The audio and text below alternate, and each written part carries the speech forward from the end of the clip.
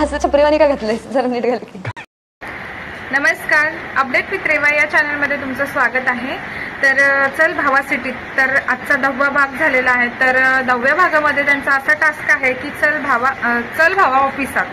So त्यांना ऑफिसमध्ये म्हणजे त्यांच्या मेंटरने त्यांना रेडी करायचं आहे बोलण्यासाठी. कसं बोलायचं, इंटरव्ह्यूला गेल्यावर कसं काय करायचं, तर सगळे आपापल्या याला शिकवतात म्हणजे गावरान ब्रोजला. तर त्याच्यात अथर्व आणि अनुश्री. आता अथर्व रेडी झालेला आहे चांगला, तर अनुश्री त्याला म्हणते काय छपरीसारखे कपडे घालून असं चलतंय, व्यवस्थित चल वगैरे. तर त्याचं उत्तर काय आहे, मग व्यवस्थित देणार आहे का? तो पण रफ टफ आहे आणि गावाकडचा बोलणार आहे एकदम फ्री. तर तोही बोलला की तू दळिद्री आहेस म्हणून वगैरे. तर म्हणजे तू दळिद्र आहेस, आता माझं तोंड मला हे आधी मला नको, माझं तोंड नको उघडायला लावू वगैरे. पण आधी स्वतः नीट बोलायचं, नंतर दुसऱ्याकडूनही अपेक्षा ठेवायची ना की तो व्यवस्थित बोलेल. तू जर व्यवस्थित बोलणार नाही तर तो कसं व्यवस्थित बोलेल तुला?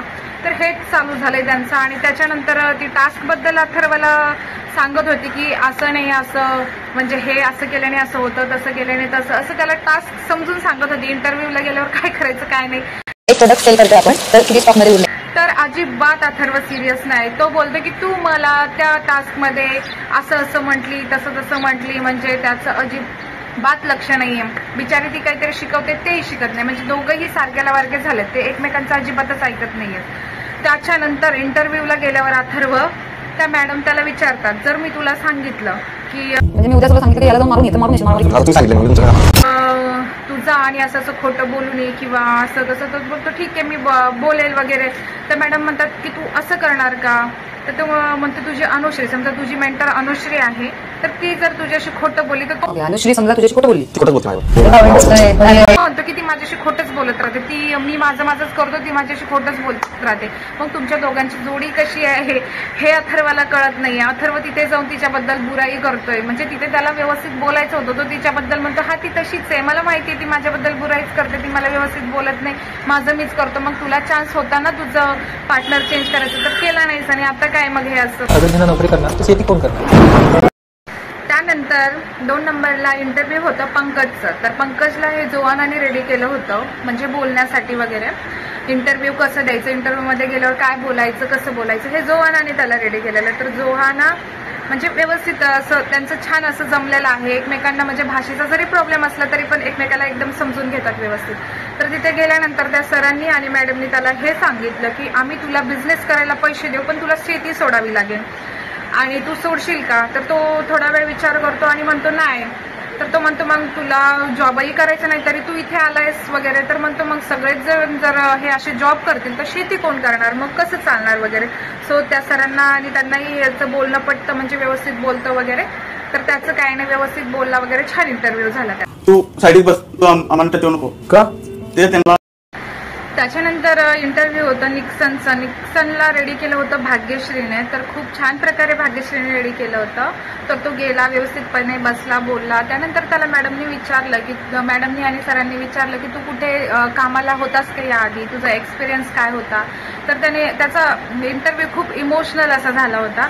तर तो म्हणाला हो मी एका दुकानामध्ये कामाला होतो आणि तिथे मला असं बोलल्या जायचं की तू जेवण करायला बाजूला बस, तुझे केस कुरड्या आहेत, तू आम्हाला शिवू नको, तू आम्हाला हे करू नको. म्हणजे त्याला एकदम वाळीत टाकल्यावानी करायचे, तो आमच्यासारखा नाहीये, आमच्यातला नाही वगैरे वगैरे. तर तो खूप म्हणजे त्याचं सगळं ते ऐकून आहे ना सगळेच इमोशनल झाले, त्या सर पण आणि मॅडम पण. आणि त्याचा इंटरव्ह्यू हा खूप छान प्रकारे पार पडला. आणि तो खूप लाजाळू आहे निक्सन, जास्त बोलत नाही कोणाशी, मुलीशी तर अजिबातच नाही, खूप लाज वाटते त्याला. पण खूप छान आहे मुलगा आणि खूप पुढे जातो.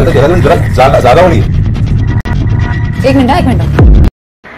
तर त्यानंतर इंटरव्ह्यू होता ऋषिकेशचा. ऋषिकेशला श्रुतीने मस्त असं इंटरव्ह्यू म्हणजे काय बोलायचं काय नाही असं सगळं काही शिकवलं होतं गेल्यावरती. तर तो तरीही एकदम नर्वस झाला होता, एकदम गळून गेल्यासारखा, एकदम दरवाजा उघडला, एकदम असं गळून गेल्यासारखं तिथे जाऊन बसला. तर ते मॅडम आणि सर म्हणाले की हे काय म्हणे, असं तू इंटरव्ह्यूला आलायस ना, एकदम चेहरा पडलेला आणि असं तसं. त्याला म्हणे जा आणि 1 मिनिटाच्या आत एकदम फ्रेश होऊन ये. तर तरी तो घाईघाई गेला ऋषिकेश आणि रेडी होऊन आला. तर त्याला म्हणाले की तुला बैठक किती मारता येतात वगैरे, तर तो म्हणला मी 1000 वगैरे मारतो. तर ते म्हणे मारत मारत बोलतो, तो उभा राहतो. म्हणजे ठीक आहे. तर पण तरी पण त्याला म्हणजे असं त्यांनी ते एकदम कपडे एकदम टाईट टाईट घातले होते. ते म्हणे की हो सर मारतो, पण पॅन्ट वगैरे फाटली तर बघा म्हणे. मग तर ते काय खाली वरचं बटन नाही लावलेलं आहे.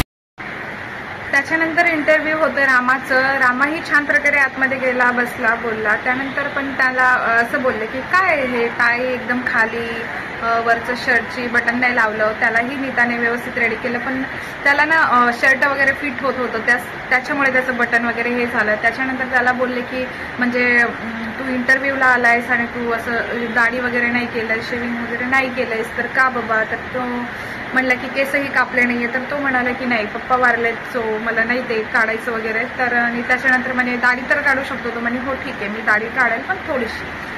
आणि तर त्याच्यानंतर ते मॅडम म्हणजे म्हणाले की तू तर मला नाराज केलंस वगैरे वगैरे.